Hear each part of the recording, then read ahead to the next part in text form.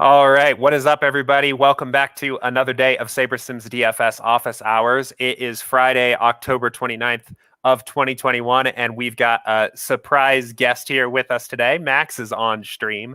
Max is going to come on and talk a little bit about some strategy about using filters with SaberSim. Wanted to do a little bit of kind of a drop-in quick strategy tidbit here. But of course, as always, this is an open Q&A stream, so if you've got questions for us about this filters kind of strategy talk here, that's great. But any other questions you've got related to SaberSim or DFS strategy, the best two places to pop those questions are the YouTube chat here or the Office Hours channel in Slack. Apart from this little thing we want to do here, the strategy thing we want to do here, only got a few questions in the queue today, so a great day to ask your questions. But for now, I'm going to go ahead and just pass it over to Max and let you run with it. Okay, can you hear me all right, Jordan? Yep, we got you loud and clear. So I really wanted to just do a little drop in here and just talk about this one feature that I use a lot, and I suspect that some people don't even know it exists or don't use it. And I just want to show you a few ways that I use it. So the first thing I want to talk about is Showdown, because I think this can be really, really valuable in Showdown. And that's using our filters feature. And this is something I did last night when I entered the high stakes $3,000 Mega Millionaire. And something that I think you can do with these showdowns, and what I do a lot, is instead of just taking the highest Saber score lineups that Saber gives us, is what I'll do is I'll just build using the normal settings with, of course, sim variance all the way up. And so it'll give me 1,500 lineups that are optimal for particular simulations, right? And this means that all these lineups are actually pretty viable. And so you can do kind of fun things with them to actually make it so the lineups are more valuable for Showdown because of lineup construction, or actually just like sort of hand pick your lineup, right? So one thing I did yesterday was I actually made the lineup pretty last second, but I was just thinking about it and I said, okay, I really like both Aaron Jones and AJ Dillon together. And that was because the Packers had so many wide receivers out, and I just suspected that they're just going to run a lot. They're going to feature these running backs a lot. They just don't have a lot at wide receiver. And that ended up being pretty accurate, but sometimes it's not, but that ended up being pretty accurate. So what I did before the game is I actually just used our filters to just help me handpick a lineup, right? So I actually just locked Aaron Jones in the captain, and I locked AJ Dillon in the flex. And what that ends up doing is it gives me, I don't know why this is, sorry, we're having some sort of error here. I'm not sure why. But basically, it ends up showing you all the lineups. I'm just going to refresh this page, Jordan. I'm sorry. Yeah, it's all good. I've seen that a couple times. Yeah. It should go away with a refresh. Yes. Okay, gotcha.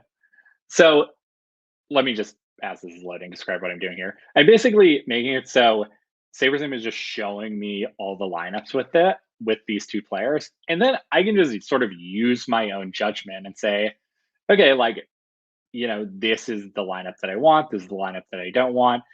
What are the positives here? What's the total own? What's the salary left on the table, right? And then I just look through them and sort of use this as sort of a way of getting ideas for what lineup to use. And SaberSim's helping me a lot. So I end up doing this and scrolling through and then finding a lineup that I really liked, which ended up being this lineup. It had 1,900 on the table.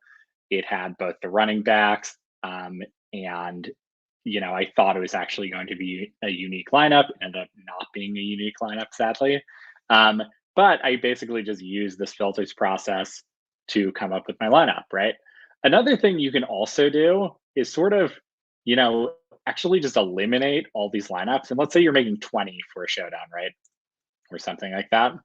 And so we have our one lineup, I'll just eliminate it. You'd actually just straight up look through the pool and try to just sort of pick them out yourself. Like one thing that I do is I'll just only pick out lineups that leave 2,000 on the table or something like that, and try to prefer specific captains and just look through. And this doesn't take that much time, but you can do it. And what you end up doing is is ensuring that you get these lower salary lineups that are optimal for particular situations, and you get to sort of handpick, and it's kind of just like a fun way of actually creating lineups in a way, if you have the time to pick out 20 lineups or even 50 lineups. It really doesn't take that much time. So Yeah, and I was just going to yeah. chime in there too. I get questions here on stream all the time from people that are maybe a little bit more familiar with the hand building background or only playing a smaller set of lineups. I mean, what you just showed there, I think, is an amazing way, especially if editing your exposures or something like that doesn't resonate as strongly with your individual process of just kind of going through and picking those lineups and then letting those exposures kind of develop naturally from there. I think that's an awesome strategy. Yeah. I think that's a great segue to what I'm going to talk about next, which is, I never do something. I never do a hand build. And the reason is because SaberSim actually gives you the tools to sort of hand pick a lineup using these filters that you can then easily just put into your entries, right? So let's say, this is just the default build that I did. And let's say, your top lineup is Josh Allen, double stack, which obviously makes a lot of sense, right? He's a really good quarterback. He's probably going to be a popular stack. But you don't want a Josh Allen double stack in your high stakes lineup or in your top lineups because you think he's going to be more popular in those contests and you want to go a different route, right? So something you can do is, again, you can just put this lineups to 1 and eliminate this. And you can say, okay, I've done my research. I actually want a Justin Herbert lineup, right? And so then you can, again, just look through the Justin Herbert lineups that SaberSim has given you and see if you see anything that appeals to you, right? Is maybe this top lineup, right? It's like a 2-2 game stack. It has T. Higgins, it has Darrell Henderson. I mean, I'm not even looking that far down, but this actually does look pretty nice, right? And so you can actually then make that your top lineup, save it, and then I actually can just go to the entry editor. And this is something I do every week is I designate my top lineup and then I go to the entry editor and I actually just basically hand pick it for the particular GPPs that I want to put it in where I might want to be a little more contrarian, right? So I just go to GPP. I'm just going to basically eliminate this from all of these and just only do the ones that are single entry. And then you can just fill. And now, as you can see, these lineups have a different fill than these other lineups. This is just all of these are just going to my top lineup.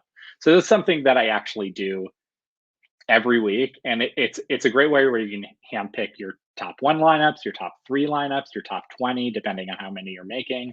And you can really sort of tailor and make sure that you're getting the lineup that you want in those high stakes contests or in those contests that you really want them, right?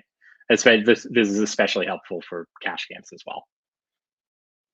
Anything to add, Jordan, with that? No, I was the last thing. Just one thing. So yeah, back on the build screen here, and something else that I think is just a feature that a lot of people just don't know it is here. When you save those lineups, and now it's not showing up there. Maybe can you make like one change to your exposure so we can save again or something like that? Yeah. And then click save. I know what you're gonna say. Yeah. So you can rename this here. And especially if you're playing a bunch of different contests, or you're going to have a bunch of different builds, or you're going in and you've handpicked your single entry and your 3 maxes and maybe even some of your 20. Yeah, exactly as Max just did there. By clicking that little pencil icon, you can rename it. Makes it a lot easier to later identify when you're in the entry editor, especially if you're running a little short on time. So I was just going to add that. But I think this is a great strategy as well. Yeah. Okay, last thing I want to hit on. And this is something that I also do, which is kind of using filters to filter out types of lineups that you don't want. And this is something that is probably something you might be used to with a traditional optimizer where you're using groups basically, or saying, I don't want to play this player with this player. Like a lot of people might go, I don't want Derrick Henry with AJ Brown because I don't think they can go off at the same time. So one thing that's great with SaberSim is we're taking into account this correlation data that would make you want to do this, so you don't have to worry about it as much. That being said, if you feel really passionate that like this is something that you want, that you feel like two players can't do well at the same time, or you don't want like a wide receiver defense or whatever, then I think this is actually something that can be really helpful. It's your sort of your way of sort of fine tuning what SaberSim's product is to make sure that it corresponds with what you really believe in, right? So let's say, for example, you have Washington's defense and you think particularly Washington's defense, when they go off, you don't think the tight end is going to do well, right? You think, okay, this is just not going to work. Washington, I get the sense, will just really run it a lot if this happens. Okay, well then you can just look at all your lineups with Ricky Seals-Jones and the Washington defense. You just eliminate them, right? I'm just unchecking these lineups, and I'll also actually go into my pool and make sure to uncheck some of them there so it doesn't just fill with these lineups, right? I undo this filter, I fill, and then now these lineups are replaced, and we have no more Washington defense with Ricky Seals-Jones, which is pretty cool, right? So this is something that I'll do maybe if there's a particular thing. Last week, I actually did this with Darrell Henderson and the Rams wide receivers, and it actually wasn't because I didn't think they were correlated, even though the wide receivers went off and Darrell Henderson didn't. I think you can have a situation where Darrell Henderson goes off, Robert Woods goes off. I think that can happen. But the reason is I wanted to use it as a line of construction pivot because Darrell Henderson was going to be really popular. And I wanted to take advantage of the times where there was that negative correlation with him, where or the anti-correlation where he does have a bad game because someone like Cooper Kupp goes off. So that was the time where I eliminated it. But in a situation where he's not going to be popular and I'm not thinking about that pivot, I might not do that. But this gives you a lot of flexibility. And if you have enough time, which a lot of times you really do, because SaberSim works pretty quickly, you can really get granular here and do quite a lot with these filters. And I think it's a great way to add a little value to your lineups. Yeah, that's great. And I know there have been some questions, especially in this past couple of weeks of people asking, what the best way to do that exact thing is. I have, maybe two players from the same team and not using the quarterback. How do I remove those kinds of lineups from my pool? How do I at least see those lineups to make sure that I want those in there, and so on. So I think those are all pretty awesome strategies there. So cool. Well, did any questions come in? I'm going to stick around for maybe a few more minutes and then drop out of this drop-in if there's no questions. Yeah, no, we definitely have our normal office hours questions here, plenty to talk about. I don't see any directly related to the filters conversation. Okay. So I think we're all good then. Okay, cool. But that was awesome. Thanks for coming on and walking through that. I think for everybody watching, this is something that we kind of want to start working in a little bit here. I know we've been doing the office hours, the open Q&A stuff. We've been doing the strategy sessions, kind of more of the long form, hour-long videos talking about a certain topic. But I think these little drop-ins are great for kind of quick hitters. So if you guys enjoy this, let me know. And Max, hope to have you back on here for something like this again here soon. I'm sure you will. Okay, all right. Thanks for having me on, Jordan. Yep, cool. See ya. All right, guys. So yeah, again, let me know if you enjoyed that. If you ever come up with an idea maybe of something that you'd like to hear maybe a little bit, not so much of a full-on strategy session, but a little bit of a deeper dive into a particular feature or tool or something like that could be useful.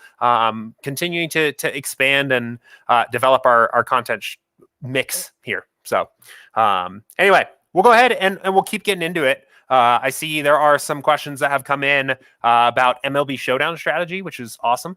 Still some lingering baseball here for this year. Only a little bit time left. Only a little bit of time left to continue to enjoy baseball. So we might as well enjoy it while we can.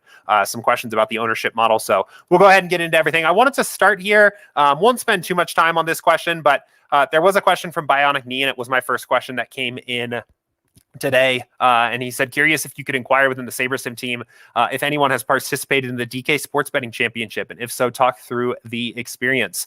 We do have a few people on the team here that have participated in this in the past. It's coming up. It's not this weekend, but it is next weekend here. I'm actually participating this year. It will be my first time, so looking forward to that. I know there's a few other people on the SaberSim team that are going to be doing it this year. Last year it was skipped, I think, because of COVID, but 2 years ago, Danny actually ended up taking second in this. So the SaberSim team has a pretty decent track record in this overall. I'd be happy to. I'm not going and traveling to the event, unfortunately. I'll just be participating from home, but would be happy and excited to talk through a little bit of my experience after next weekend. Let you know how it went.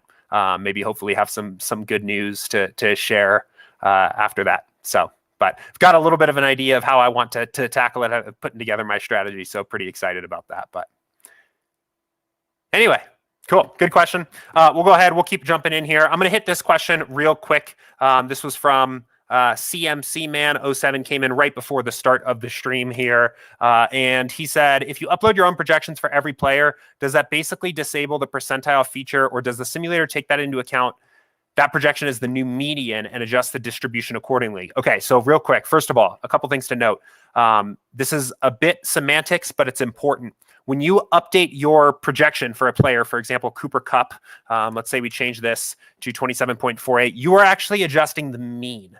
You're adjusting the arithmetic mean, the average, the arithmetic average, the geometric mean, right? There's a lot of ways to say it, of that player's distribution, right? So it is their total fantasy points divided by the total number of game sims. It is essentially that number that you are adjusting here.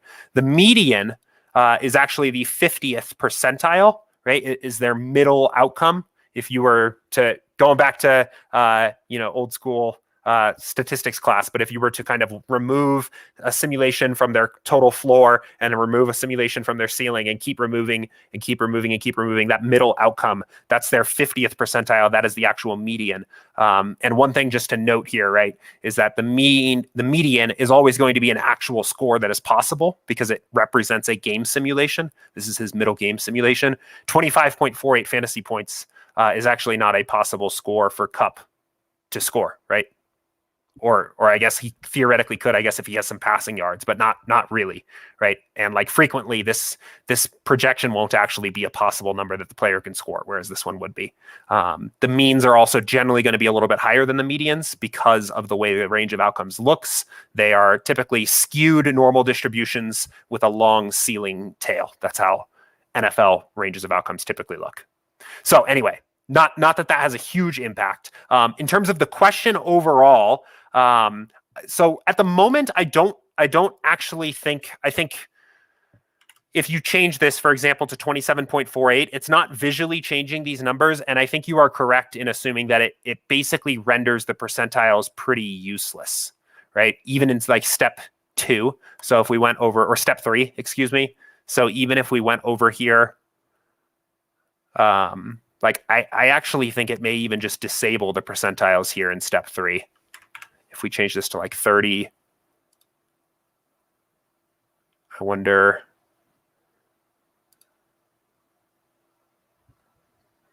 I don't think it changes the percentiles, unfortunately, at the moment. Oh, yeah, no, actually, it 100% does not, because it doesn't even look like it's actually correctly updating that player.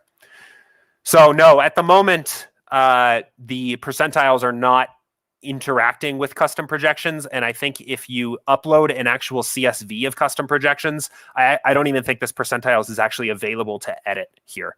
But I just sent a message to the team here before we signed on because I saw your message come through. CMC Man, I definitely see how it would be useful for us to be able to, for you to still be able to use percentiles, even if you've edited projections. So I will see if we can implement that. But at the moment, I think you are correct that it basically disables the percentile feature, uploading custom projections. So.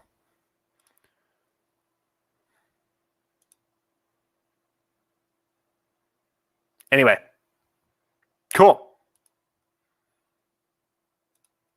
I'm going to keep us rolling here and jump over to this question. MLB Showdown, talk birdie to me. Could I see you build a lineup for Game 3 of the World Series tonight? Would love to see a sample build and what you're looking for and some of the process to building one. Please would be a huge help. John Franco said, I second that. And then Talk Birdie also said, I was in first place for a while last night on the Showdown slate, was winning well over 400 for a while, ended up winning 14 and bet 9 on DK. Hey, still a profitable night, which is pretty good. Those baseball swings, especially for Showdown, can be pretty crazy just because one swing of the bat can be so many points. But let's talk about Baseball Showdown a bit. I will real quickly direct your attention on our YouTube page, SaberSim YouTube. If you scroll down to strategy sessions, and then if you click strategy sessions and see the full playlist of all of these, I actually did an hour-long show here with Chris earlier this baseball season, how to beat MLB DFS Showdown contests. So this is an hour long. This is going to go into a lot greater detail than I can really go into here. Because I'll be able to spend about 10 or 15 minutes on this here. But if you're interested in a much bigger deep dive into Showdown strategy for baseball, I'd go watch this video. But we can talk about this here. I haven't played too much World Series Showdown. I played game 1 because I had tickets. So here was basically my approach. First of all, I left the sliders about where they were at. I was playing some really large field stuff here. So again, left sliders pretty much where they were at. I had basically just a couple tickets to a big 150 max contest. So I think it was actually probably closer to like this, right? Most important slider here for Showdown is to always make sure your sim variance is at 10. It should be there by default. It might come down to 9. Yeah, so it comes down to 9 on a little bit smaller contest, but for pretty much any other contest, it's going to be at 10. We want single game simulations, right? At 10, every lineup is built off a single game simulation here, and that is exactly what we're looking at for. So let's build 500 lineups. We'll use default settings, and we'll start taking a look at these. My personal approach, and first of all, the way this question is written kind of makes it sound like we're maybe only talking about a few lineups rather than like 150 here. And my approach for when I played game 1 was also that kind of situation. Like I wasn't playing 150 lineups. I was just playing a few. So the way I actually handled this was very similar to what Max was just talking about here before with these filters and kind of using SaberSim more as a tool to hand pick rather than build 150 different lineups. So see what this looks like here. We'll make just a very few minor projection updates to some of these guys so we can actually see our lineup. So there's a few things to look at here. And to be honest, MLB Showdown is going to be super high variance, right? We want to be very cautious with our bankroll investment here overall. But there's a few things that I think are interesting. And really I would say everything that I'm doing when it comes to Baseball Showdown is really trying to end up with a unique lineup. I'm trying to do something different than what I think the field is going to do. Since we have a ownership fade with default sliders, that's at 3. Some of this has already kind of happened for you, right? The builder's already recognizing it. It's going to try to do things. It's going to try to use players with a little bit lower ownership projection for one reason or another. But that's kind of the lens from which I like to look at this. So I'll look for a few different things. First of all, things that pop to me that are interesting or reasons that I might like a lineup is leaving a lot of salary on the table, especially 1,000 or salary or more in Showdown. Number 2 is I do like these lineups where there are players batting lower in the order in the captain spot. You're talking about the difference of maybe just one at bat doesn't really meaningfully affect the upside of these individual players for a single game Showdown. And I think you find that the guys batting lower in the order are just consistently under-owned for their expectation, right? I really also like looking for lineups that potentially have a relief pitcher in there. I think it can be valuable. We're not seeing a ton here right now. A couple guys here at the bottom, especially if you've been watching these games and have an idea of how teams are using these relief pitchers, or if they pitch the day prior, or where like the leash for some of these guys are. I haven't been too plugged in to the World Series, unfortunately. But if you have been, right, that can be a huge place to add value and can be a really good reason to just throw a relief pitcher who's probably going to come in very low owned if you have an idea of how that pitcher is going to be deployed by the team, especially, with the starting pitchers having such lower leashes. These guys are going to get in the game, right? That's something we talked about in this strategy session here of even how in regular season baseball, it can make sense to deploy some relief pitchers into your lineups. In the World Series and playoffs and things like that, it really makes a ton of sense. Finally, the one other thing I like to do is I like to look a little bit for kind of a game script overall that resonates with me. Lineups like this, for example, this is a little bit high salary for me, but lineups like this just immediately kind of jump off the page as having that solid game script overall. That makes a lot of sense, right? Where the Astros just kind of pop off, forces relief pitchers to get into the game for the Braves, right? Again, this is a little bit too high salary. This is a high batting order player in the captain spot. This even has a starting pitcher, which is probably like the chalkiest players in the slate. So this lineup might be a little bit too duplicated for me, but I do like the game script story that this lineup says. I think personally for MLB Showdown at this point in the season, not wanting to overinvest my bankroll, right? Really just looking for kind of a fun way maybe to enjoy the game while also having a little bit of action on it. I would probably more prefer to take this approach to my lineups where I may be playing 10 lineups. Maybe I go through and set this to like 1 here and do exactly what Max just talked about, where I then go to the pool and kind of go through and just start hand picking these of lineups that I think are interesting to me, right?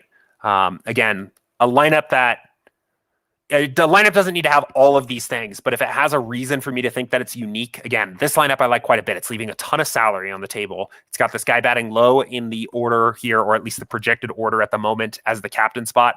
That's great. Love that, right? And I can kind of go in and start picking these in here.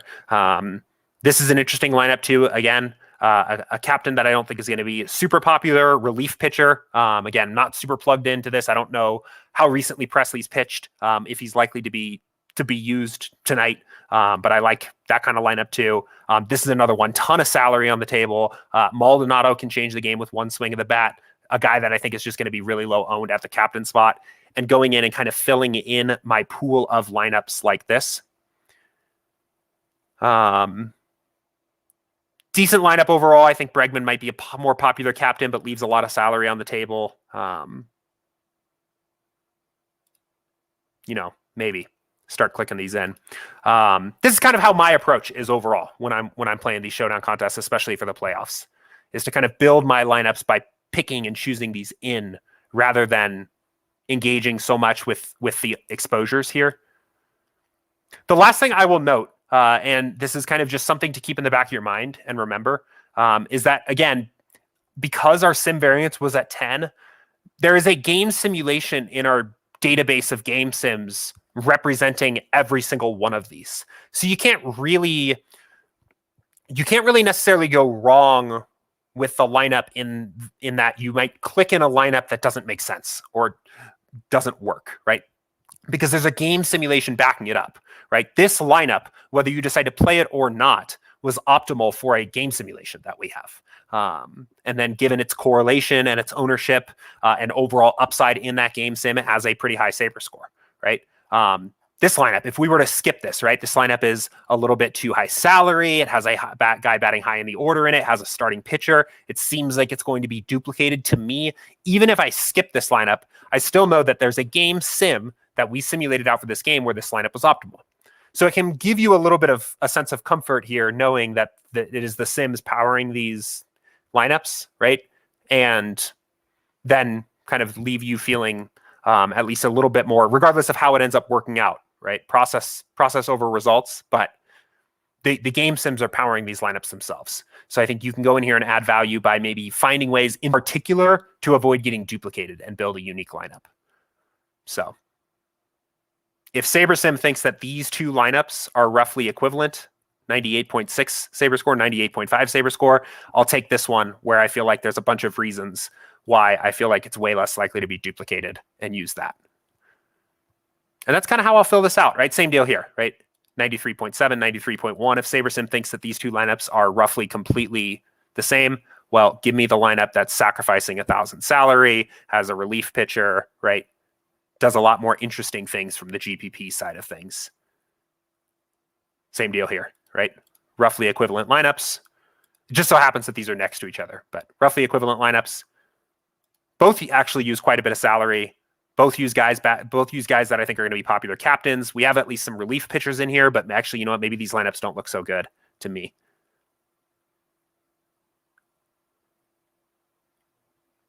Kind of like the lineup like this, right?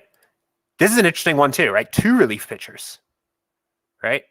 But again, now, I mean, going to have a lower projection because we're using 2 relief pitchers, but there's a game sim backing this up, right? There's a simulation of the game that we did where this lineup's optimal, right? No, and I think this is going to be very unique. Love this lineup. So now I kind of want to play MLB Showdown tonight, but I think it's gonna be a really fun way to build your MLB lineup. So anyway, I'll move on here. Talk birdie to me. Let me know if that was helpful for you. If you have any other follow-up questions as well, happy to dive back in here. That's kind of just been my approach here overall, is I've found it easier to kind of think about the lineups themselves and really focus on trying to find unique lineups rather than, just going in here and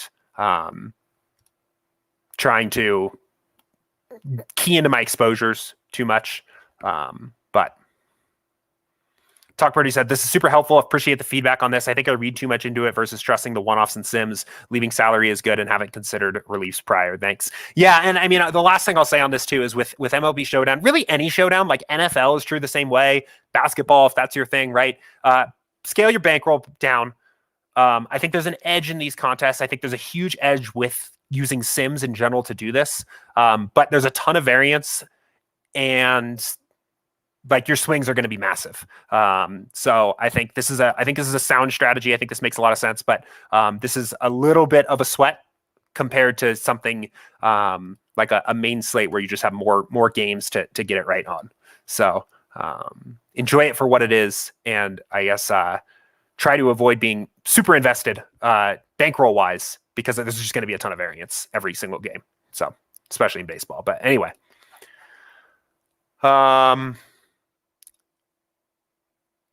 Michaelo music. The issue is leaving salary is now something that the majority of the field is deploying. Yeah, I think that's true to an extent. I think it's easy if you're super plugged into the DFS content space to get yourself into a internet bubble where you're like watching streams and watching videos and you're doing a lot of research, and you start to get this sense of like, oh God, everybody's leaving salary on the table and everybody's fading QB at captain in NFL Showdown and things like that. And I think in reality, when you actually remember like kind of what the softest player in the contest is doing, they're not really thinking about those things, right? Even if sharper players are getting a little bit sharper, right? I have the same conversation I have the same thought with stacking all the time. Like I feel like inevitably every NFL season or baseball season, at some point I'm like, oh God, is the entire field just stacking 5 ways on DraftKings now for baseball? Like maybe it's time to stop forcing that. But I think in reality, those stacks just aren't actually happening often enough still from the softest players in the lobby to do that yet. If we get to the point where like 90% of the lineups, 80% of the lineups, 70% of the lineups, even in an NFL Showdown, are leaving a thousand salary on the table, then I think we can think about that. But I don't know. Aaron said, hey guys, if I like 2 to 3 players for NBA, can I lock them in and will SaberSim still generate high quality GPP lineups? Yes, in theory, but it depends a whole lot on who those players are, right? If you told me your favorite players were not good plays, right? If you told me your favorite your 3 locks were, I don't know,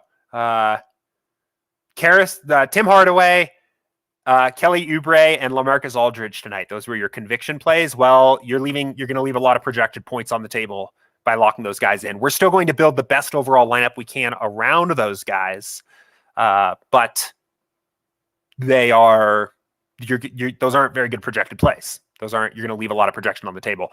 One way that I think it's just very easy to do this, or to just test, to just see here, is start with a test build. So let's run a test build, right? Say we're playing and 1 quarter jukebox, that $4 4-point play, whatever it's called, right? This is part of the reason why I think it's always nice to have a test build. Everything you do on SaberSim, I think, should always start with this, because you just have this nice baseline. You've always got something to go back to. You can see just kind of what I would have got if I didn't touch anything. And for this particular question, I think the most valuable thing you can do here is go look and see projected points in NBA is going to be very highly correlated to upside, right? Your top lineups overall are going to be typically some of your highest projected score. So just look at kind of what this number is, right? So by default, SaberSim gives me lineups that are projected between like 265 and 275-ish, right? for my top 20 at least. So now let's go ahead and go back here and say, okay, so now I've done my own research and I want to approach this particular slate with a core. And I've done a lot of research tonight. And my core is Luka, who I think is going to be pissed off because he had a terrible game last night. And I think he's going to have a really good game tonight. Right. I'm going to be super narrative driven about this just for fun. Maybe my core is also Miles Turner, right? Because I like centers versus the Nets. I don't even know if that's a thing anymore, but it used to be a thing. And my last guy is Luke Kennard, value play, right? Maybe he's going to go a little underlooked, maybe not. Ownership projection's pretty high, but whatever, right? Okay, so this is my core. So I've locked my 3 guys in, and now I'm going to build lineups again.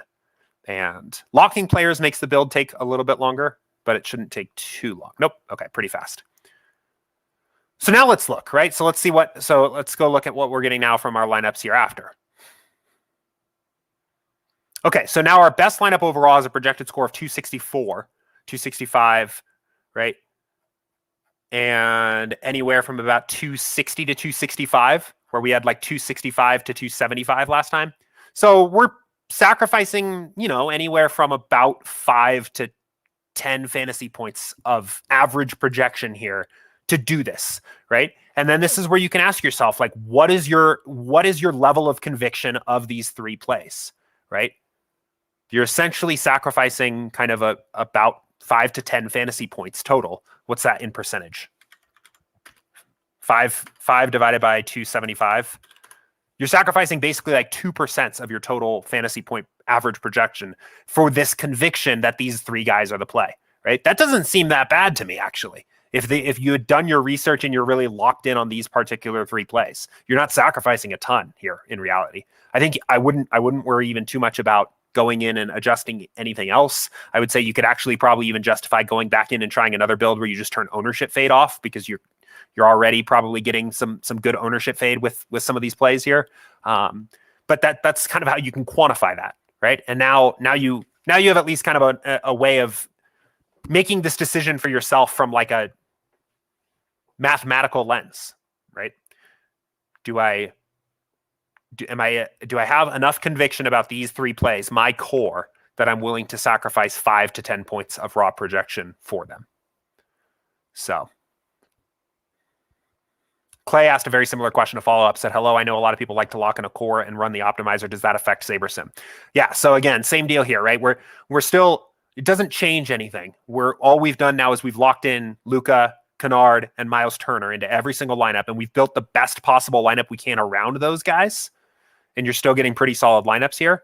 But the impact of that is that you're putting a restriction on the builder, and you probably are sacrificing some projected points to do that. So I think it's a good idea to just compare, what do your lineups after your conviction plays are locked in look like? What does their average scores look like compared to before? Another way of doing this would be to go back to your test build here. And maybe this is even a better way of doing it. The other way of doing this would be to go in and try to lock into your plays in the test build. So lock Luka, lock Miles Turner, and lock Luke Kennard. Okay, so we don't even need to lock Kennard. So the other way of looking at this, right, is that the builder is saying in the initial pool of 500 lineups we built for this contest, you can't lock in even just Luka and Miles Turner, right? So from that lens, maybe this isn't as sound of a strategy because you are exceeding the first 500 lineups the builder built for you to do this, to accomplish this, right? So maybe that's not as good of an idea. You could go here and maybe build more lineups instead. Let's try it with 1,500, and maybe we can try to do it with 1,500. But this is kind of the opposite approach. Instead of saying, I'm going to lock in the players and compare the projected points to my test build, I'm going to just use my test build as kind of a litmus test here and see, is this viable? And maybe this is actually even the better strategy, personally. So maybe here, right? Let's try it again. Luka. Let's try Kennard. Does it work? Still doesn't work. And I think it's probably because of Luka, We don't have a very high projection on Luka at the moment, but it would work probably if you did like Harden. And these are just random guys. I didn't actually do any research, right? But this might work better. Who knows? So it still doesn't work, right? So in this particular case, the builder's saying in the first 1,500 lineups we built for this contest, we can't find 20 that have this core of players. So maybe this isn't as good of a core. So those are the two ways I would experiment with doing this. And I think for NBA in particular, I hear a lot of these kinds of questions with people saying that they have a core set of players that they want to play. I would try it with these two ways. I would say try test builds, build 1,500 lineups even, and then lock in your core and see if it's viable. See if the builder thinks that playing a core of 3 to 4 players in 100% of your lineups allows you to find a set of lineups that works out of your pool of 1,500. And if not, it might not be a very good core. Or alternatively, go lock those guys in step 1 here. Build your lineups and look to see how many points you're sacrificing to do it. So, but regardless, the point is, or the one, maybe one of the points here is that we will still build the best overall set of lineups around those locked players in when you do that. So it works in that sense. But cool. I'm going to hit this question real quick from Elusive Smoke. This came in through Slack a little bit earlier, so I want to talk about this one first. And this question says, can you talk specifically about how the Sims treat ownership? I know it takes it into account, but how? I just want to get a better understanding of tweaking ownership to change the output. I've played a good amount with it, but I wanted to get an idea of what is actually happening to know what side to err on when working on this. Yeah, so what basically happens, and I don't know super intimately, I guess, here, but I can kind of describe what we're doing with the ownership fade slider. So first of all, I guess I'll start here and talk about how we actually calculate ownership, because maybe you're talking about that. So the way ownership is calculated is we run thousands and thousands of builds at very high variance build settings using a set of projections that is kind of essentially aggregated from what we expect the field to kind of think about the slate. So they are in effect kind of like an aggregated projection, huge build where the exposures to each player end up becoming the ownership projections. So that's how ownership is calculated. In terms of ownership fade, what happens is we will take the player's ownership and compare it to the average ownership at the position and make a determination on whether or not that player is over or under owned than the average at that position, right? But then also compare that number to that player's variance of their range of outcomes and increase the fade multiplier for players that are more variant than others at their projection. Or actually at their, I think it's at their salary, actually. So a player that is more variant, has a more variant range of outcomes, and is two players that have the exact same projection, exact same salary, play the same position, and have the same ownership projection, the player that is less variant in their range of outcomes is less likely to be faded than the player that is more variant in their range of outcomes. So that's kind of what is taken into account. Okay, so Elusive Smoke said, my question is more in reference to adding value using my own custom ownership projections. So, okay. So the answer is really still the same. If you go in and upload your own custom ownership projections here, we will just use your ownership projections now instead. The ownership projections don't necessarily interact with the Sims in as visceral as a way as the projections themselves do, right? When we edit a player projection, we are actually going in and editing that player's performance in theory in every single game sim we have for that player. With the ownership projection, if you adjust an ownership projection, that just is the new ownership projection for that player. We just use that ownership projection when we do our ownership fade calculation. But this doesn't actually interface with the Sims at all here. Right? I mean, the player now, Bruce Brown now has a lower ownership, maybe is less likely to be faded overall because his ownership projection is lower than what he was projected before, but this doesn't necessarily interface directly with the Sims.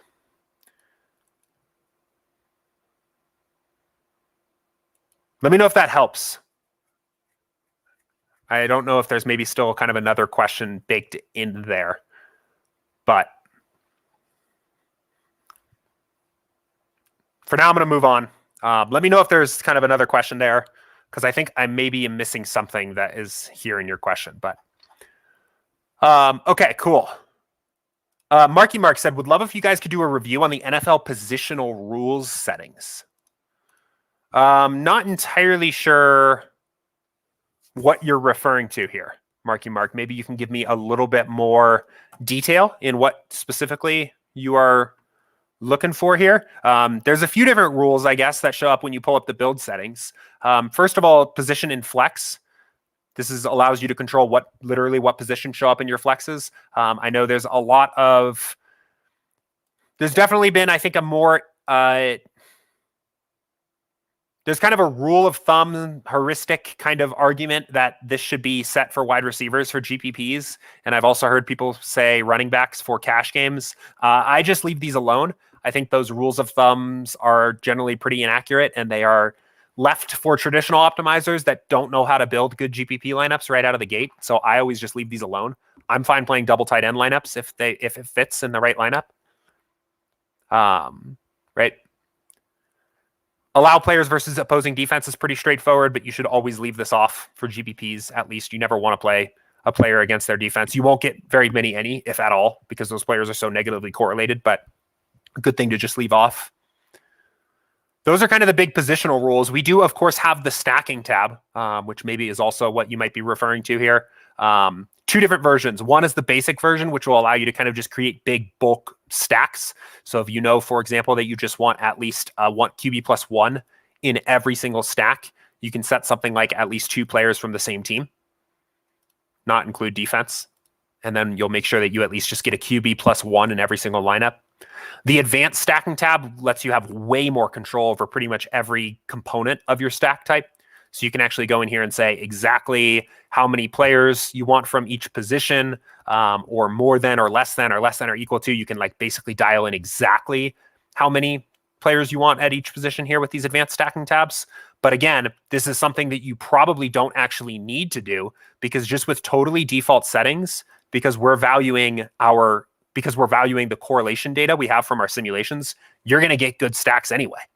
You don't need to set stacking rules. You can if you have a particular stance about what stacks you want overall. But we'll let this build run here, and we'll see in just a moment, we don't even need to set stacks, right? We don't need all these lineups here. Let's just look, right? So no stacking rule set at all. Boom, QB plus 1, 2, 1, 3, 1, 2, 2, 1, right? No stacking rule set, because we know the correlation of players. So those are kind of the main like positional lineup construction rules that we have here in SaberSim.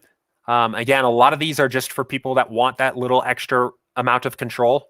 If you know, and I guess really, let me put it this way. If you know you're going to go in and remove certain lineup constructions in step 3, you are better off setting a rule beforehand. If you know for a fact that for whatever reason you only want to play wide receivers in flex, just uncheck these, right? And same deal. If you know you're only going to play a certain type of stack rule, set a stack rule. But for me personally, I don't touch that stuff. I let SaberSim control a lot of my lineup construction side of things. So.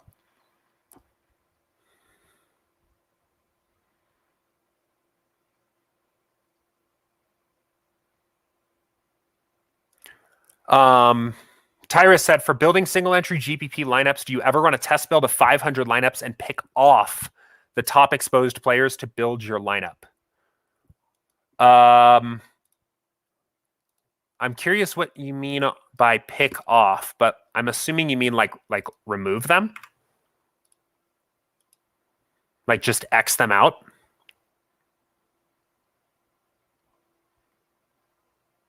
Pick off the top exposed players to build your lineup. What I'm imagining you mean by this is just like literally just Xing out the highest exposed players. I haven't done that, not from the lens of exposure. I have experimented with before kind of trying to basically pick off some of the highest owned players before, right? And I think that's interesting, at least as a bit of an experiment. I don't know if I would go so far as to actually use that as my approach to building my lineup, right? Let's let these build here. So like one thing I've experimented with before is just kind of going through and picking some of the top owned players and then just seeing like what the best position is or what the best lineups are left here by doing that, right? Like, okay, Darrell Henderson's the chalkiest player on the entire slate. What is the best lineup I can build without him? Then like Godwin, right?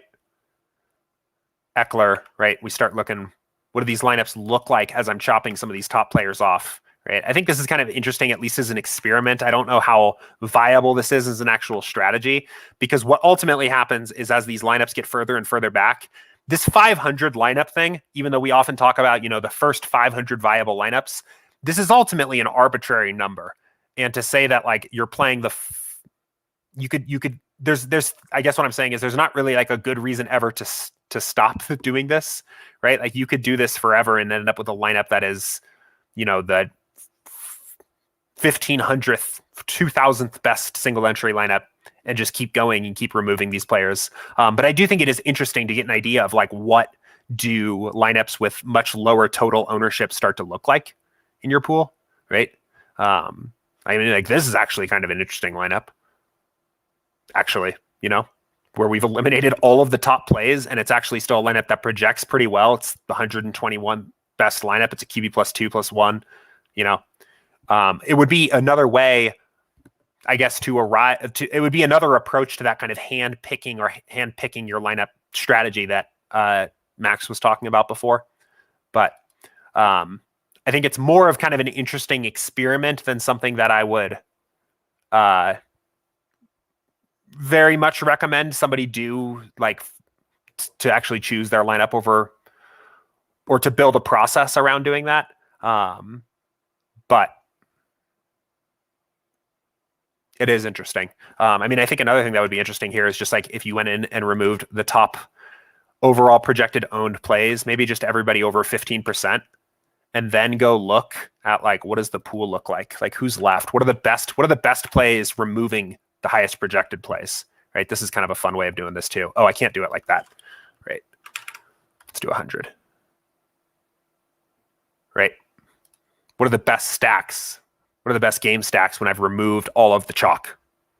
So kind of interesting, but Will said, is there any way to see salary history for players on SaberSim? There is not, unfortunately.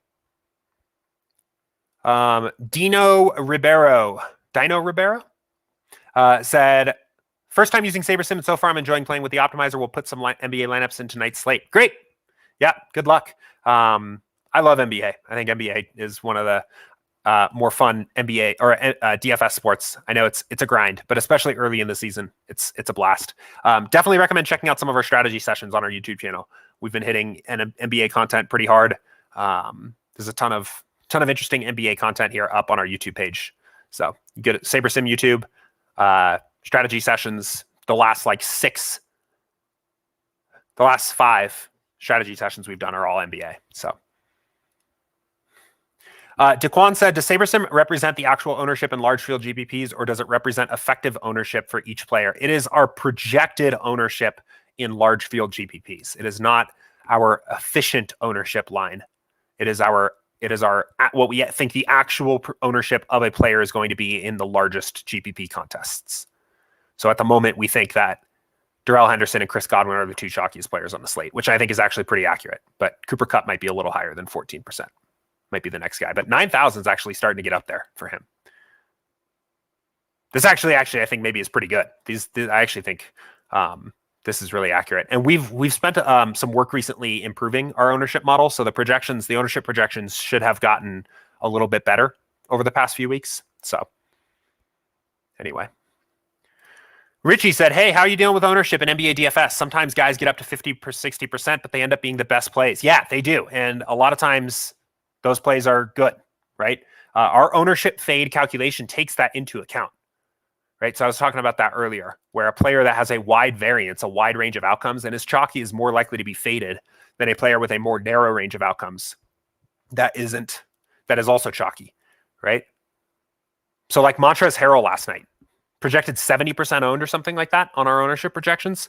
still was showing up in like almost 100% of lineups if you ran builds, even at a ownership fade of like 4, I think it was by default, because his range of outcomes was pretty normally distributed, and almost all of his outcomes were above what he basically needed to do to pay off his salary to be used in a lineup.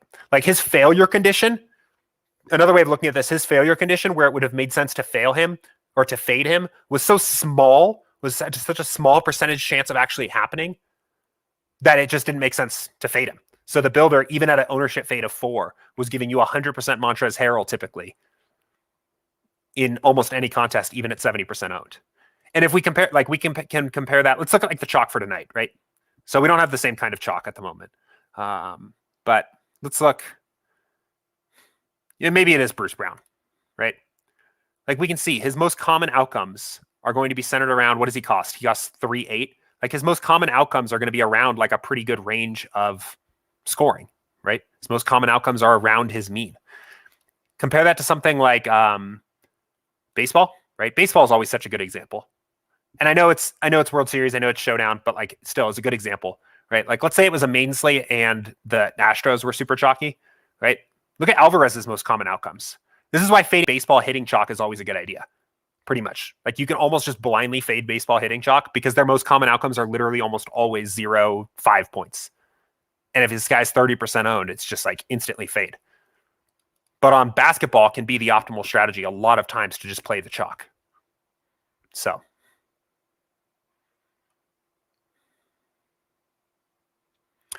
Clay said, if you play a 5-player league, what are the best settings to use? Please advise. Yeah, so you can go in here, assuming you're talking about basketball, right? It's probably still a GPP if it is as long as it is a top-heavy payout structure, right? As long as like whoever is, I would say, if you're asking yourself, is it a GPP? Ask, does the person that wins first get paid the most out of the contest, right? I assume they do if you're playing like a 5-player league. So GPP, but in this case, we're going to set it just to single entry and entrance 10 or less, right? So what you're going to basically get is you're going to get like these modified cash type lineups where you allow for a little bit of variance to just get a little bit of upside in there to capitalize on the payout structure of the contest. And that's for NBA. For NFL, if you're doing these for NFL, looks a little bit different. Same settings, but a little bit different results. GPP, single entry, less than 10. So what we're going to get is we're going to get these lineups again. Don't care about ownership when you're talking about 5 people, but that have a little bit of variance, but also have a stack, right? So if we could actually even just see like, what do these lineups look like? Let's say build me 20. I want to pick a couple. And what we'll see is we'll see just like some probably very lightly stacked kind of cashy looking lineups where we're basically saying our edge in beating this 5-player league is having better projections than the other people that are in the contest, right? We want to highly value our average projections and also building a stack or building lineups that are a little bit correlated to give us some upside, right? So play the best plays, but create some stacks where it makes sense. There you go. QB +1, 2 +1. SaberSim likes Jameis right now. It's kind of fun. A Jameis week is always fun week in NFL DFS, but Chris said, would you recommend setting a max player per team per game? I assume this is NBA because it sounds kind of like an NBA question. I haven't been doing this, but I know Max does. You're not going to get a ton of this anyway. So if we go back, let's pull up our test build that we had from the beginning of the stream. This was just default settings for a 20 max, right? You won't get a ton of these. You won't get a ton of these lineups where you're getting like super big stacks by default, right? So you can see like we have a couple like random lineups where we're just happening to get like 2 or so. We have a lineup with 3. If we expand to our full pool of 500, oh, NFL. Interesting. What? It's weird. NFL. Would you recommend setting max player per team per game? Okay, so this is more from the side of the stacking side of things, right? Like, do we want huge, big stacks? Do we want to allow huge, big stacks? I guess the point still stands, is that you are probably going to find that you're not going to get a ton of lineups here where there are like enormous stacks. You may occasionally see QB +4 type lineups, max player per team per game. Yeah, you may see sometimes, you may get those big lineups that are like QB plus 4s. You might sometimes see those big game stacks that are maybe like a QB plus 3 with 2 run back. I don't like restricting those too much. Again, I think that those lineups have higher upside and are more viable than people really kind of think. I also like to know if the builder is giving me those kinds of lineups. Like the biggest thing you sacrifice by setting a stacking rule to remove those is you remove the knowledge of whether or not the builder wants to use those kinds of lineups anyway. So we're not getting any QB plus 4s in our initial pool of 20, but maybe in our pool of 500, right? We've got a couple. So not a week where we're getting a lot of QB plus 4s. But it would be interesting to me, especially if in our pool of 20, if I ran this and there was a particular week where maybe I was getting like at least even 1 or 2 QB plus 4 lineups. Maybe it's a week where those kinds of lineups are viable. Sometimes that can actually happen too. Like if there's a team, if the Packers were on the main slate, right? So the Packers that just played last night were on the main slate. I would not be surprised. That would be the kind of team where I could see potentially a QB plus, at least a QB plus 3 with maybe a lot of run back coming back, or maybe even a QB plus 4, not necessarily, but you could at least kind of see how it would start to come up because those salary guys for all those receivers with Devontae Adams would be efficient. But like, let's see what these lineups look like for QB plus 4. We're not getting very many of them again, but so maybe not chomping at the bit to play this lineup. But if SaberSim was giving you a lineup like this and said that this was a very high upside lineup, I would actually maybe wouldn't immediately throw it away. I've binked with a QB plus 4 too, which is interesting, which maybe makes me, I know that's super anecdotal. Like everybody that's maybe a little bit more like data minded, statistics minded is like, nobody cares if you've binked with a QB plus 4. But the lineups have more upside than I think maybe people like to give them credit for at times. And when the pricing is right, when the salary is right, it can work. And I guess maybe my better point here, the better overall point here is that I just like to know if these stacks are coming up, even if I want to end up eliminating them from my post build process anyway. I don't like to set the rule because then I remove then I take away that knowledge. I don't know if I'm getting QB plus 4s and vice versa. Same way with the other way. Like you could say, I'm going to set a rule beforehand. So I have to have a QB plus 1 in every single lineup. But if you do that, then you remove the ability to know if QB plus 0s were viable. And there are certain times where they make sense, like when Lamar Jackson's on the main slate with a dream matchup, or sometimes the Josh Allen, sometimes Jalen Wentz. I read Wentz, Jalen Hurts,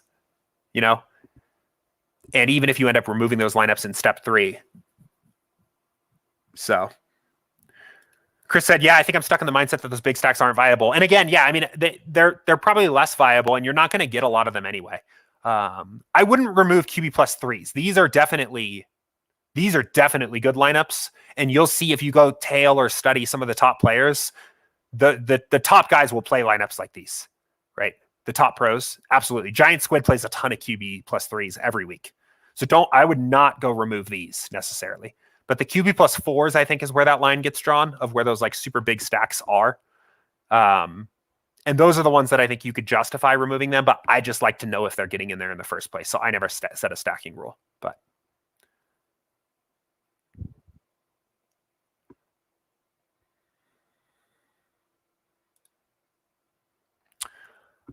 okay, cool. So Marky Mark did follow up and say stacking type position rule, advanced stacking. Okay, I did give a little bit more. I did get a little bit of a background on this before, but now that I know what you're talking about, I can maybe talk a little bit more here. So the advanced stacking rules, what they're going to do is they're going to create combinations of players that will then show up in 100% of your lineups. So a common set of stacking rules that I see people use, or that I could at least recommend doing, would be setting a QB stack, right? So you want one QB. And then one that I think it makes sense, right? We were just talking about why you maybe wouldn't want to do this, but if you knew that you wanted at least a QB stack with 1 to 3 players in every lineup, I would recommend doing it like this, setting this equal to range, and then setting 1, 2, 3. And you can name this. So I always like to do this, QB plus 1 to 3. So I know what that stack is. And you can even go in and choose what particular teams you're including in there. So if you have a particular set of teams, you could also do this by just setting your quarterback pool. That would be the other way of doing this, but you can also select the teams. If you want to run back, right? A lot of people say, I always want to run back in my lineup. Again, not something that I think you need to do, but if you want to, set a run back. So now it's QB +1, -3, right? Or what? QB +1, 2, 3, with a 1 run back is what this is now, right? So it's kind of like more like that. One of the other uses for the advanced stacking rules that I think are useful is if you want to force in some other stacks, right? Some other kind of combinations of players in your lineup. So one that I think other people, I see people want to do sometimes is to create another mini stack in the lineup. So say of the remaining running back / wide receiver tight end, I want one player to be combined with a player playing in the same game, right? So this is basically like essentially a 1-1 stack with no QB, right? So you could create those kinds of stacking rules, and we could run a build here, and now we'll get this. We'll get QB +1 to 3 players on his team with 1 run back, and then a 1-1 stack in every other lineup, also, right? So the advanced stacking rules are really for people that want a lot of control over the lineup constructions, and want to force certain combinations of players into your lineups. So I would say that the one reservation here, the one reason to just be careful with this kind of thing is, again, that we measure these correlations in our game simulations and then value correlation accordingly when you build your lineups already. So we'll have a lot of this stuff showing up naturally in your lineups already. Forcing this into 100% of your lineups in this way typically ends up sacrificing projection. You sacrifice like an average projected points to force this in a way that could potentially be a negative EV choice, right? Because you're forcing constructions of players on the builder to do this. But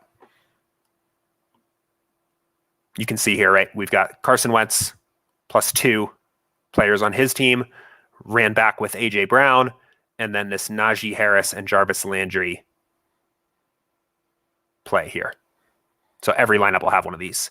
This one is a QB plus Kamara, or Winston plus Kamara and Traquan Smith, ran back with Chris Godwin with a, Darrell Henderson and Brandon Cooks, like mini stack in here as well. So, but if you have any other specific questions about the advanced stacking tab, let me know. Happy to talk about that a little bit more.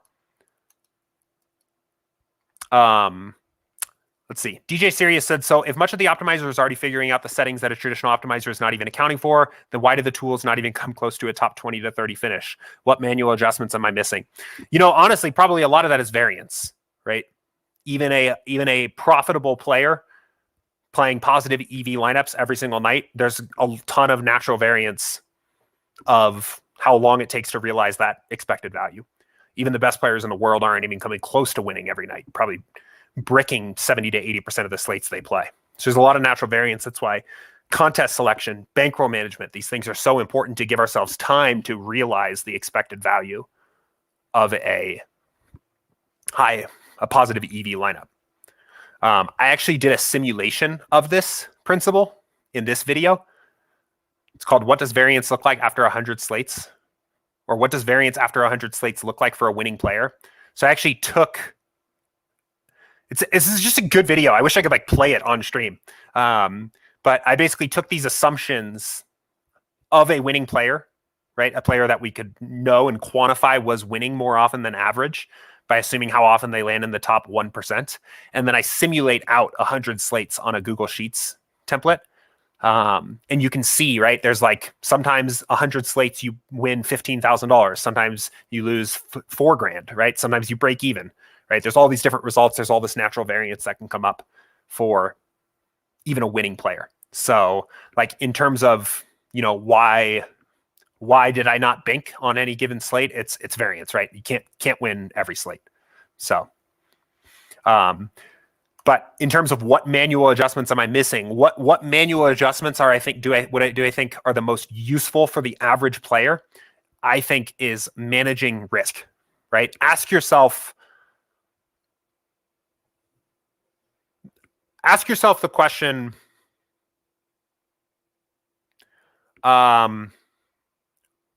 what is the worst result, really, I would say, that could happen to me on this particular slate?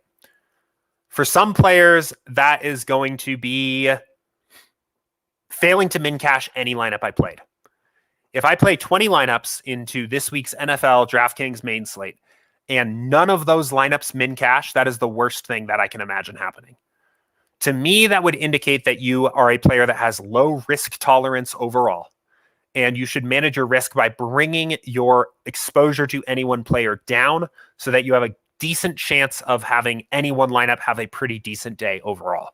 So, for example, maybe you are bringing player exposures down a bit here so that you don't have any players showing up in more than 60% of your lineups, right? This is going to flatten your overall risk portfolio for this slate, right? For some people, the worst overall thing that could happen on the slate is realize that after they locked, they were way too chalky, right? That's the worst thing that could happen. They were too chalky. Their lineups were all right in the middle. They had a lot of lineups around the min cash line. That's the worst thing that could happen, right? In that case, you are probably a riskier player that seeks a little bit higher upside. And I would recommend instead adjusting your exposures to maybe get underweight on the highest owned players on the slate. Maybe you are taking underweight stances on guys like Darrell Henderson. Maybe you are underweight on Chris Godwin. Maybe you're fading Austin Eckler, right? And you're making adjustments here, right? I think it's kind of a good way of thinking about it because nobody's going to win every single week. It's just not the way it works.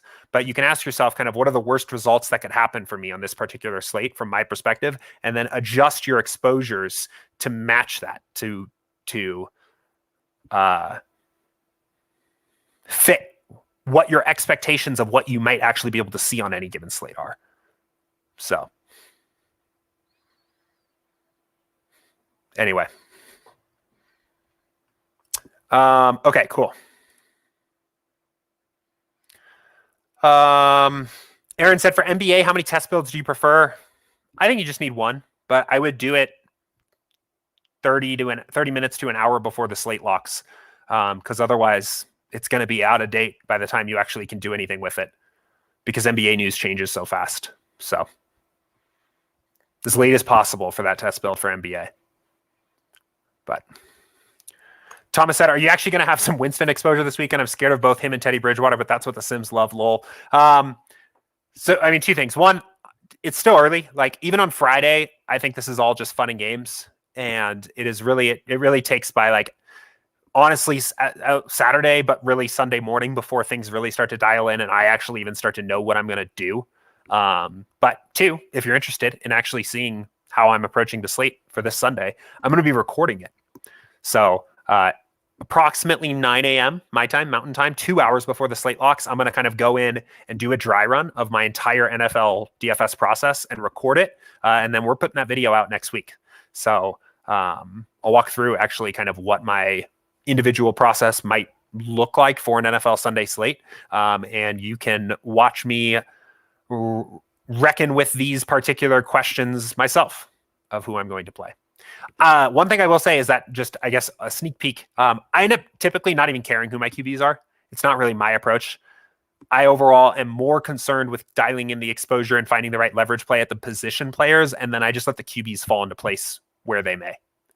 So I am less likely to be the guy that's trying to decide if I'm playing Jameis Winston and Teddy Bridgewater, and more the guy that's deciding how much over or under the field I am going to be on Kamara and Traquan Smith and Noah Fant and Cortland Sutton and so on. So Elusive Smoke, I did not forget about you. I saw this question come in here. We'll follow this up here. We'll make this one of our last questions of the day here. This was on the ownership discussion again. So he said, for example, Saber has a guy projected at 5% ownership. I think he's a 15 to 20% guy. Sort of what is adding more value, pushing ownership What is adding more value, pushing ownership to 20% or doing 15%, or does it not matter? I know it's an odd question, but I figure there might be an answer other than me comparing the two outputs and seeing which one I believe to be the better using the outputs, or the opposite, pushing a guy down from Saber's default. Yeah, okay. I kind of get what you're saying here. So when I have this same particular question, I try not to like agonize over the actual number of the ownership projection itself, and instead kind of try to take like a combined approach of the different tools that are at my disposal. So for example, right, let's look at this, and let's say I'm doing this for the main slate, and I wonder if there's a guy that I think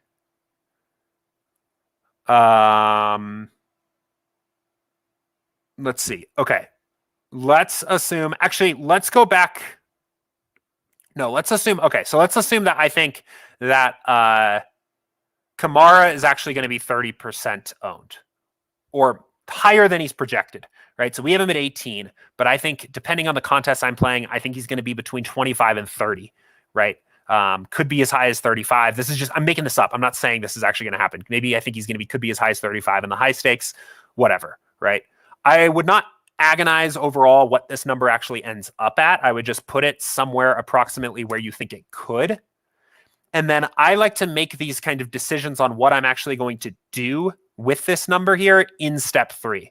So we'll run this and we'll see how much Kamara exposure we actually get. And we can do this with like Henderson too, right? It works really well. It works really well for any player that we're already getting some of by default. And then I can I like to ask myself, like, if I want to be underweight on this player, how much exposure can I be comfortable with guaranteeing that, right? So let's let this build here. I have so many test builds, I probably didn't need to build this, but we'll give this just a second to build here.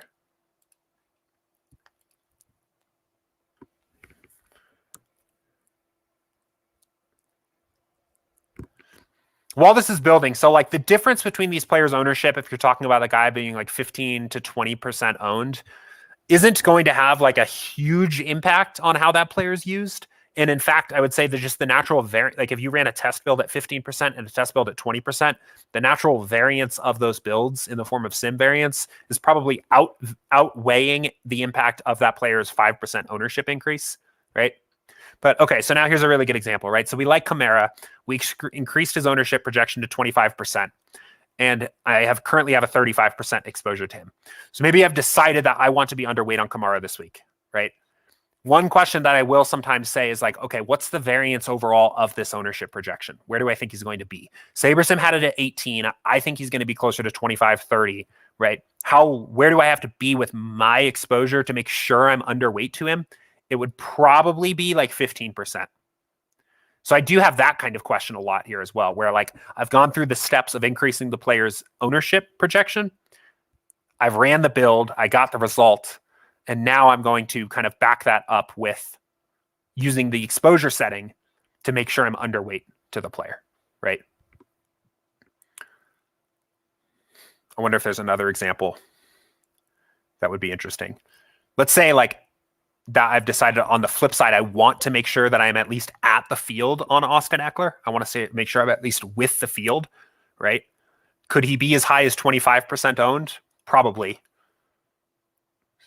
So in the interest of guaranteeing that I'm at least even with the field on Eckler, I could kind of take that stance. But in terms of asking yourself, I think SaberSim's ownership projection is slightly off. I think this guy's going to be more at this level, but I don't know if it's 15 to 20%.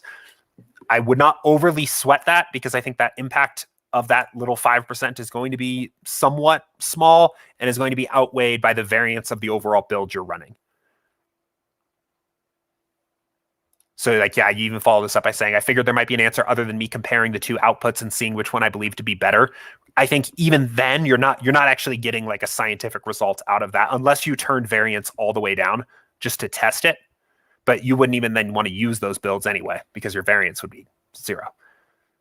So I would say make an educated guess of where you think the ownership number should be, run your build, and then add your value by handling it with your min and max exposures accounting for the natural variance of that player's ownership projection. I think it's pretty sharp that you're thinking about ownership this way. I think about it the same way too. I think I actually even think it's funny. Like it's merely a byproduct of how we calculate these numbers that they have an ownership projection to a decimal place. But I do also think it's hilarious that these are projected to a decimal place. Like we aren't projecting ownership so precisely that we actually are like predicting Chris Godwin's ownership is 20.9% ownership. Like that's ridiculous. The point of ownership is more to give yourself kind of I think like a range of realistic outcomes. And I think Chris Godwin's like range of realistic ownership is probably between like 18 to 26% for large field stuff at the moment. Large field, medium stakes contests, right? So understanding that variance is there and allowing that to affect your process by saying, what are the players that I want to make sure that I'm under on? What are the players that I want to make sure I'm over on? And how can I account for the variance of those two players' ownership projections in my process is a really good idea. But anyway, Smoke, I don't even know if you're still here or if I scared you off failing to answer the question the first time. I know we've gone a little bit over, but hopefully that was helpful for the other people that are watching along with me. We have gone a little bit over time here today, but we had an awesome stream. We had Max come on, talk a little bit about filters. So if you missed that, definitely go back and watch the recording. We did kind of like a mini strategy session here right at the start, talking about some strategy with using filters with our DFS process, but had a whole bunch of other awesome questions too. We talked about some MLB Showdown, which was fun. We haven't talked about baseball in a long time. We talked about how and why you might want to approach DFS or NBA DFS with a core plays strategy and the best ways to do that. We talked about NBA or NFL advanced stacking rules, positional settings. Had this interesting conversation here about ownership at the end of the show. So awesome stream to cap off the week here as well. Anyway, I will be right back here again next week on Monday at 2 p.m. Eastern for another office hours. So enjoy the weekend, enjoy the NFL main slate, enjoy whatever else you got going on. We'll be right back here at it again on Monday. I am recording that video on Sunday morning, walking through my NFL DFS process for like a live main slate that we'll be putting out next week. So look forward to that. And then I mentioned earlier this week, but next week's live strategy session is going to be NHL. I know you hockey guys have been begging for some hockey content. It's coming next week, next Thursday. We're planning on getting that out. So anyway, enjoy the slates this weekend. Enjoy the slates tonight. And I'll talk to you guys all next week. See ya.